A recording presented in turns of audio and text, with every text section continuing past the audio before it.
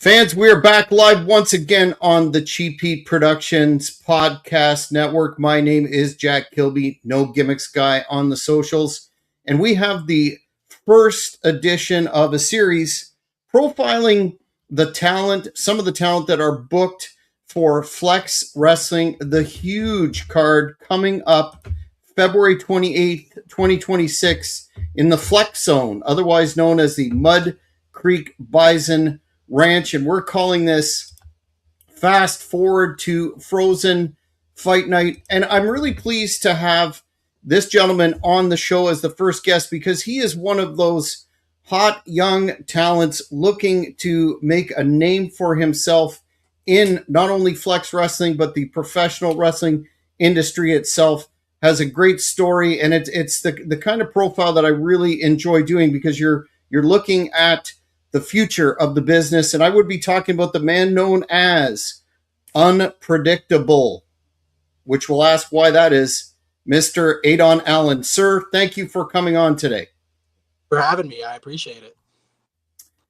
I wanted to start off with, a logical point, and that is what motivated you to become involved in the professional wrestling business in the first place? I'm sure this story's been told a million times, but I started as a fan, obviously. I started watching when I was 5 years old. I went to WrestleMania 35, and that was my first time going to like a big show. And then I would watch a lot of indies growing up, and just the older I got, the more I was like, you know what, I think I want to do this.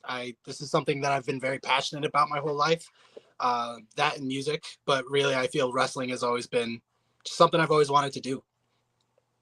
Did you have a lot of us were fans growing up and consider breaking into the business, but few do it. So kudos to you for that. But was there a point where you decided, you know what, I'm really going to pursue this and seek out training, etc., or were you just kind of always on that path and you were undeterred from leaving it? So when I was a teenager, Punk was always my favorite. But what really made the decision for me was when I went to Mania. It was Mania 35. It was the year that Kofi won. Seeing that in person and just seeing the reaction of like seeing us all come together for a guy who had been putting the work in for as long as he had put in. I just remember like as soon as it happened, I was like, I want that. I want to do wrestling. This solidifies it. There's nothing better than this feeling. And I was so happy for him, and he was happy, and everybody there was happy. And I don't know. It's a great thing that puts everyone together.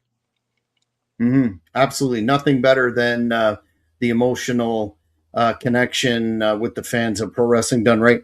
Can you talk about how you came to select the training facility that you did under, the great, the man who is Mr. Flex Wrestling himself, the legendary ECW original ROH World Tag Team Champion, the man who got the ball all rolling in Flex Wrestling, Mr. H.C. Loke?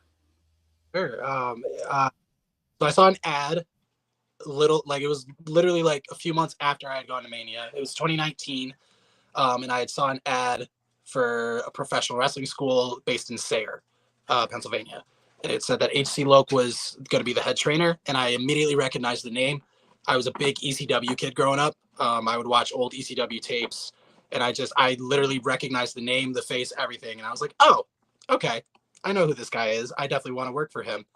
My parents were very hesitant. I was still living with my parents at the time. They were very hesitant, obviously, as most parents were. And I didn't blame them. They don't like to see their little boy get hurt. I get it. But I'd rather learn from a guy who has experience in this business and who's got the longevity that HC Loke has, in my opinion. And it was wonderful when I got to meet him. Obviously, I was very intimidated at first. I was just kind of sitting there, and he just walked in, didn't really say much, and then he just started talking about wrestling. It was like, who wants to wrestle? And I was like, me, man. You know what I'm saying? Like, it was a good time. Now, when you actually went through the physicality of the training process, discussing what it means to connect with the audience, etc. Was there anything?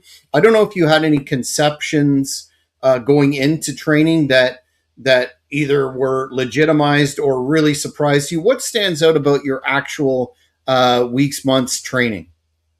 What stood out to me, so it definitely humbled me.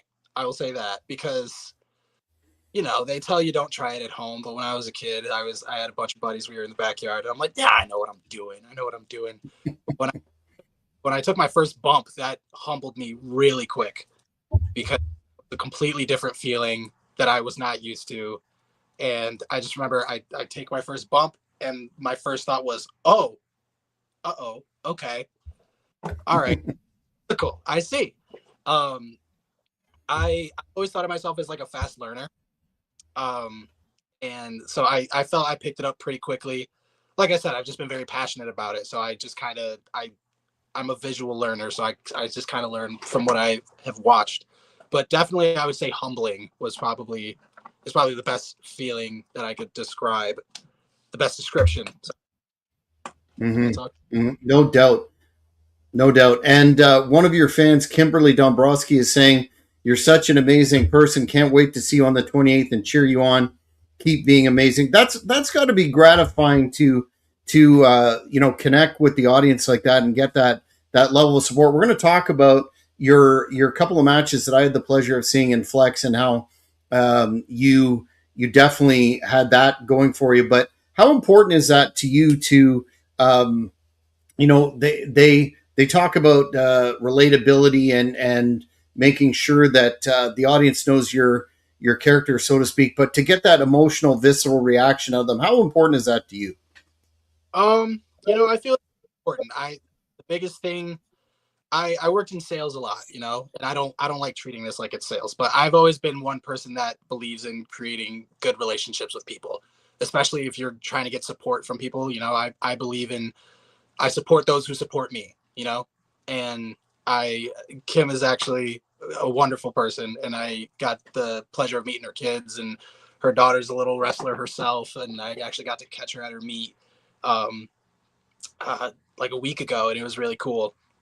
It's just I feel it's very important to me, honestly, because if you don't have that connection and if you can't connect with them, then I feel you don't really have business being in this business if you're not able to connect with people. Mm-hmm. Absolutely. Your moniker, as we talked about on the top, is unpredictable. How does that reflect or characterize your wrestling style per se?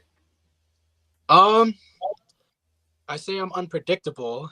At first it was because I was also doing music at the time.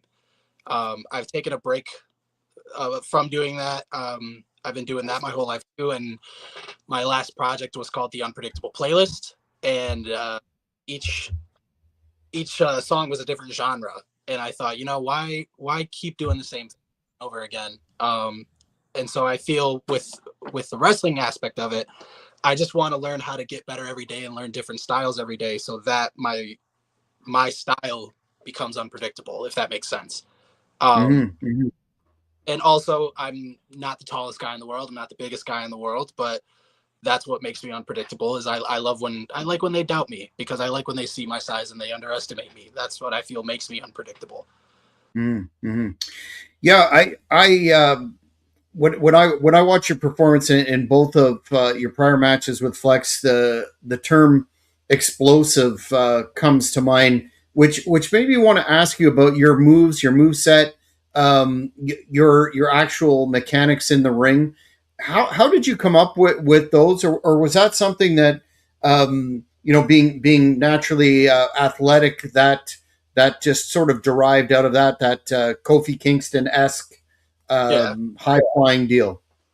So biggest part of that is I cheer for 4 years in high school.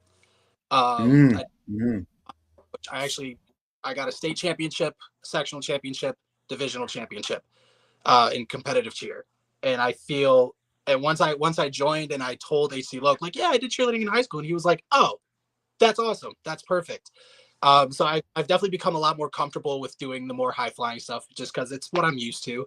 And then I played football as well, so when I do the high flying and I take a hit, I feel that toughened me up for this. But definitely I would say cheer is probably the biggest asset I used with my abilities and my style. Mm-hmm. Yeah, that really lends itself nicely. You've competed in promotions in New York State, Pennsylvania. We want to talk about Excite in addition to Flex. What do you find in the modern era is the most challenging aspect of paying those dues and grinding it out on the indie circuit? Uh, Really, it's just like you said, just grinding it out. Really, that's I don't know. The biggest thing that always gets me when working for multiple promotions is when you go to somewhere new, it's almost like starting over again. And which I don't have a problem with, honestly. Like I said, I like building the relationships. I like building the trust. Um, so yeah, I would say maybe just like starting over. That's really kind of the I don't know. That's I don't want to say that's like a sucky thing because it's not a sucky thing. I like doing it. It's always just a different experience wherever like more companies that I go to. Mm-hmm.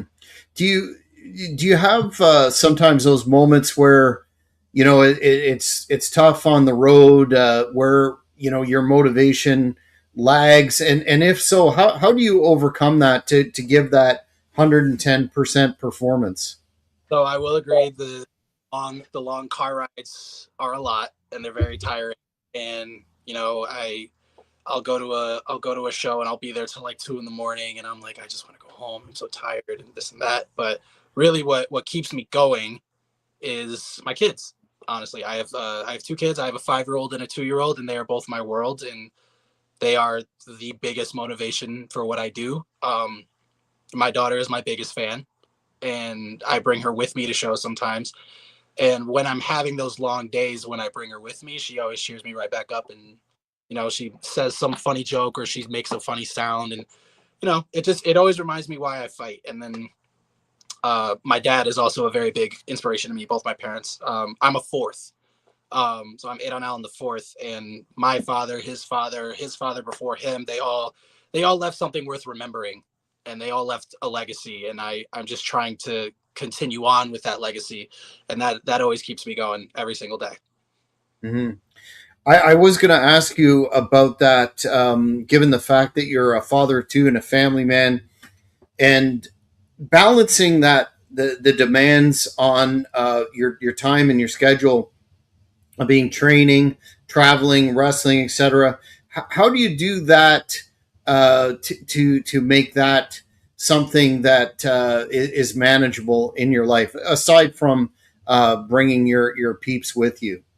Well, it's not been easy, um,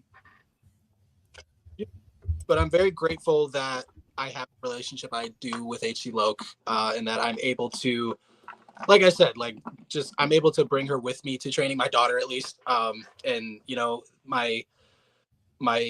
mothers and I, we talk everything out, and I talk with my family, and everyone's very supportive, and I let them know like, hey, look, I'm able to bring maybe the 5-year-old with me, and it's also nice that they're both interested as well. My 5-year-old just started kind of taking an interest into it. She'll have to talk to her mom about that. Um, but it definitely helps that they both are interested in it, and they kind of just like to watch me train sometimes as well. So that's what's kind of made it easier, is just like, hey, like when I have them on two separate schedules. So when I'm with my daughter, I'm like, hey, you want to go to wrestling practice? She's like, yep. I'm like, cool. Mm-hmm. Excellent.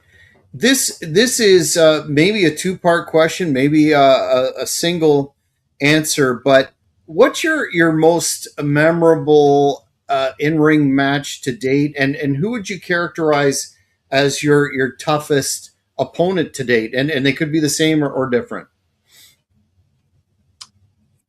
That's a great question, actually. Most memorable. I have so many memorable moments already. I feel. getting to share the ring with Loke was that was always kind of a dream scenario of mine since I started.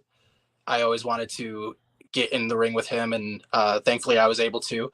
And it was actually to win my first singles title. Actually, we were part of an eliminator match, and Logan and I were the last two. It was very emotional, very very emotional. It was really hard keeping everything together. But when it was all said and done, we embraced. We had ourselves a moment with everybody in there, and it was awesome. It was really really cool. I wouldn't trade that for anything else. I would say that. Um, I know he's not the most loved guy right now, but being in the ring with Sean Carr was also a very memorable and a very cool lesson for me. He goes hard. I'm not saying that Loke doesn't, but he goes hard, and he gives you a run for your money.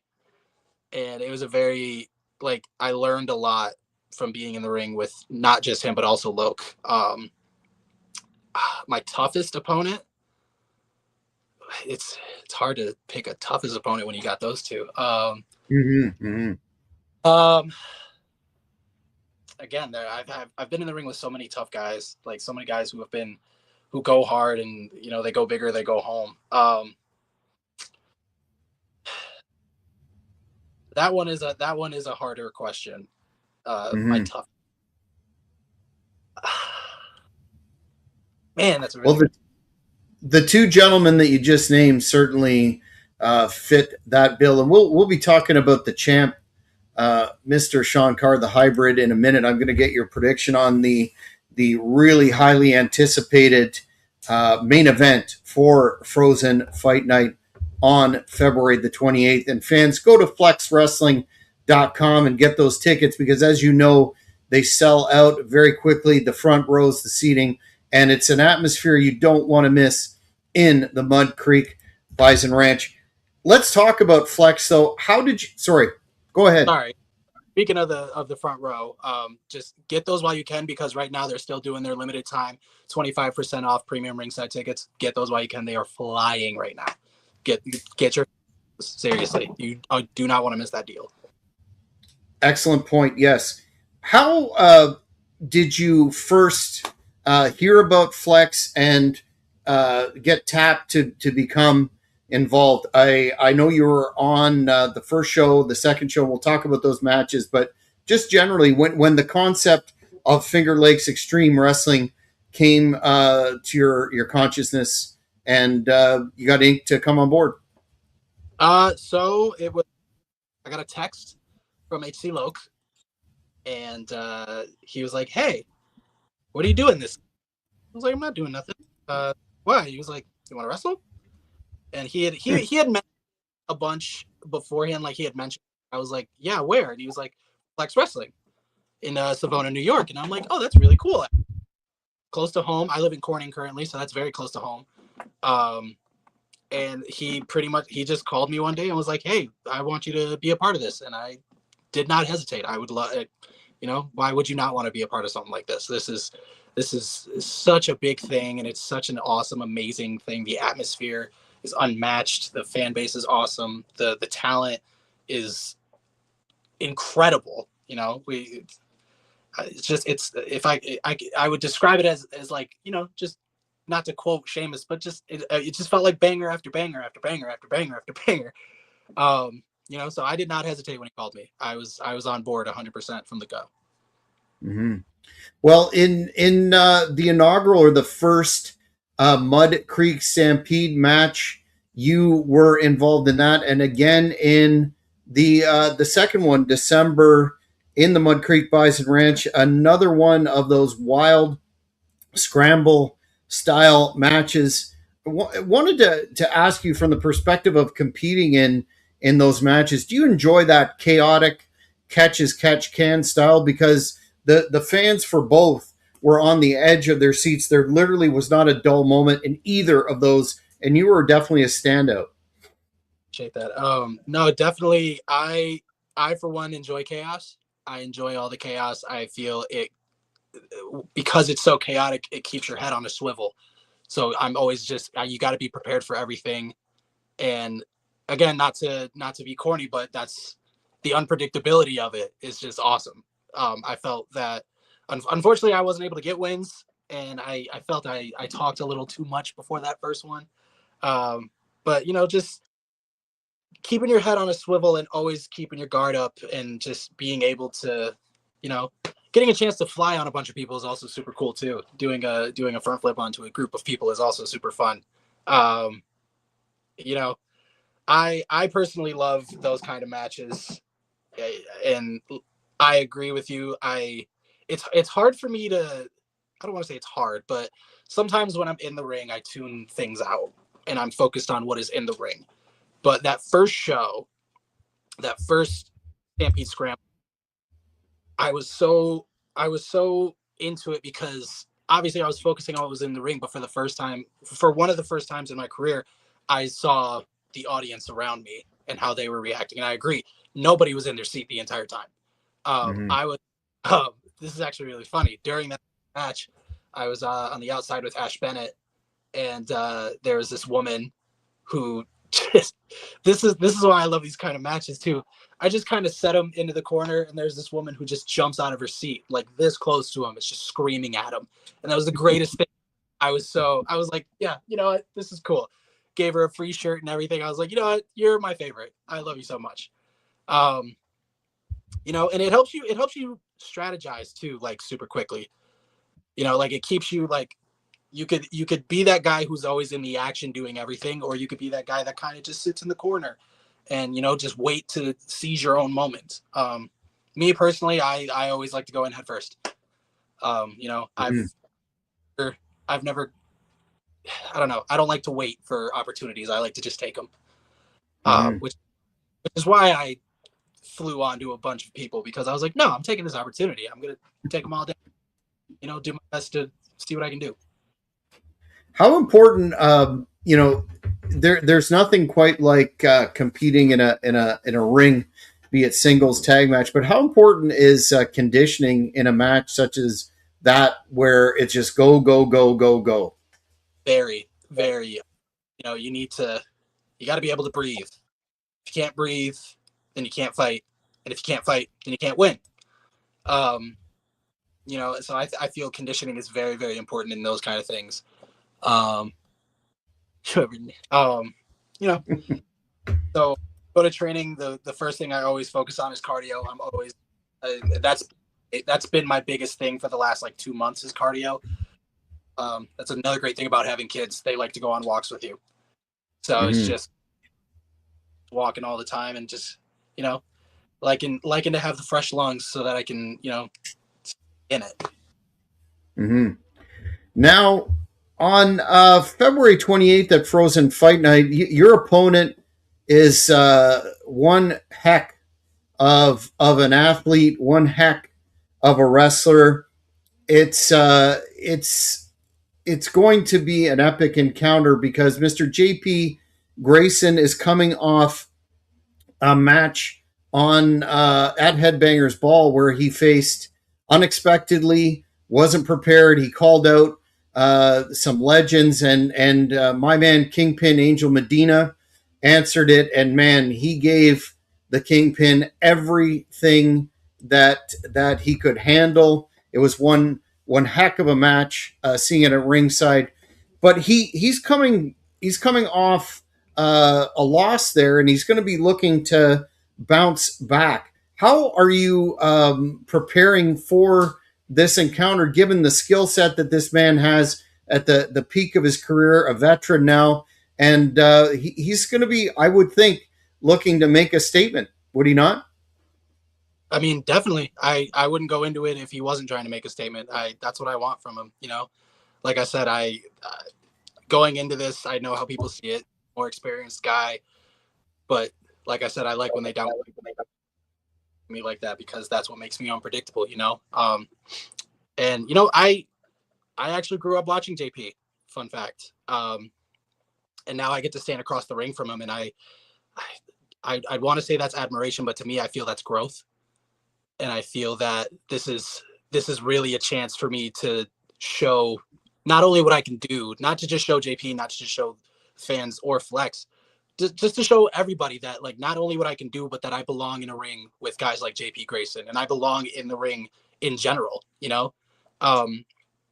And my, I would say my strategy, but I fear that he would see, and I don't want to give away my secrets. Mm-hmm. Mm-hmm. But Mm-hmm. like I said, he definitely is a more experienced guy, and which means I definitely need to keep my head on a swivel. But don't count me out. That's all I gotta say. Mm-hmm. Do you have any goals in Flex in particular? Do you want to become a contender for the heavyweight championship, or do you have any specific benchmarks set for yourself in Flex in particular? I mean, if you're not going after the world title, what are you doing? You know, if you're not going after that big title, I definitely want to become a contender for that. And I feel that I put in enough work, and I feel if I just keep putting in the work and the consistency that I do, that I can get to that level. I really do. Um, I'm not asking for handouts, and I'm not saying I'm gonna be given handouts, but my biggest thing is just keep going until I get better and better and better. I'm on a journey to greatness, and Mm-hmm. I just want to be great, because like I said, the Adons before me, they were all great at something, and I want to be great at something that I love, and that is professional wrestling. Excellent. In terms of the main event, I'm going to be asking everyone on this series who they like for the Flex Heavyweight Championship. Of course, Sean Carr defeated a number of other competitors in December and walked away with that title. And he seems to have a real issue with Mr. Shale Connors, a tremendous athlete in his own right, one heck of a high flyer, et cetera, et cetera. Coming after Mr. Carr for that gorgeous Flex heavyweight title in a ladder match of all things. So, man, that's going to be one not to be missed. Who do you predict, El Predicto wise? Who do you predict for walking away with the strap after February 28th? So looking back, like I said, growing up, I watched a lot of Sean Carr growing up. He was one of the names I watched on the indies a lot. And I know that he has experience in a match like this. But like you said, Chael Connor's also that high flying dude. I feel like this match would benefit him more. So honestly, I don't know. I feel he has an issue with Chael because I feel they're both kind of similar in a way. Chael just, the athleticism is matched in my opinion, the charisma, everything about it. I don't know. They're both very alike. But if I had to pick one, I think I got to go with my boy Chael. I really feel this match would benefit him the most because of that high flying athletic ability. He's younger. He's hungrier. He just wants it more. I'm not saying Sean. I don't know. Like It's a tough call, isn't it? Something. I'll say that. Mm-hmm. Well, the fans are definitely going to be the winners there. So again, get those tickets now at flexwrestling.com. So many great matches. We'll run them down, including, you got some real national level star power there in the Good Brothers, Gallows and Anderson. They're going to be taking on the High Seas in a tag match that I'm very, very interested in, given the High Seas performance in the last two shows. And again, the tickets go fast. You're gonna want to have them in hand and not miss a tremendous night of professional wrestling, old school professional wrestling in an excellent venue. Tremendous bison burgers. I got to put them over every time I talk about the Mud Creek Bison Ranch. But before we go, sir, I wanted to ask you, just in large global terms, what's next for you in the business? Not only Flex, but do you have any dream matches or personal goals that you're striving for, just in the business in general? Like I said before, man, I'm chasing greatness, and my goal is to the top, one show at a time, one match at a time. The biggest thing that I keep telling myself is to just keep going. I my goal is to, work for more companies, I want to travel more, get my name out there a little more. I feel that I need to branch out. So many dream match scenarios for me, to be honest. We would have another like 2 hours if I started naming all my. Mm-hmm. I just want to be great, I want to get to that top spot, and I want to be the guy, and that's something that I've been chasing since I started this journey, 19, and it's been a long journey, and I've had some bumps in the road. I don't want to call them bumps because I don't like referring to my kids as bumps, but just life happens, and I want to prove to everybody that life, while it happens, doesn't stop you. It shouldn't stop you. You should continue to chase what you believe in, chase what you love, and that's what I plan to do. I want to be the top guy wherever I go, and I'm willing to put in the work and the consistency to do that. Well, you're certainly turning heads now, and you're well on your way. I want to wish you all the best for your match on February 28th. Where can the fans find you on the social media gimmicks to keep up with whatever is going on in your world? Yeah, perfect. Okay. Stuff. Facebook, you can just find me Adon on the 4th. I'm on YouTube at the Adon channel. TikTok is Adon_NSE. Same with my Instagram as well. Although I'm not as active on Instagram as I am on the others, but to really keep up with what I'm doing, my Facebook and my TikTok, I'm on those the most. Feel free to reach out for anything, and I would love to grow this community together and continue this journey to greatness. Perfect. Well, I want to thank you for coming on this first edition of Fast Forward to Frozen Fight Night. I'm sure your match is not going to disappoint at all, but it'll be one that I'll be paying specific attention to. So thank you for your time. Thank you so much for having me on here. And be there, guys. Be there. I'm telling you, I agree with him. You do not want to miss that match at all. Especially if you want to get personal with it, get your 25% off premium ringside tickets, because I'm telling you, you want to be up close and personal for that.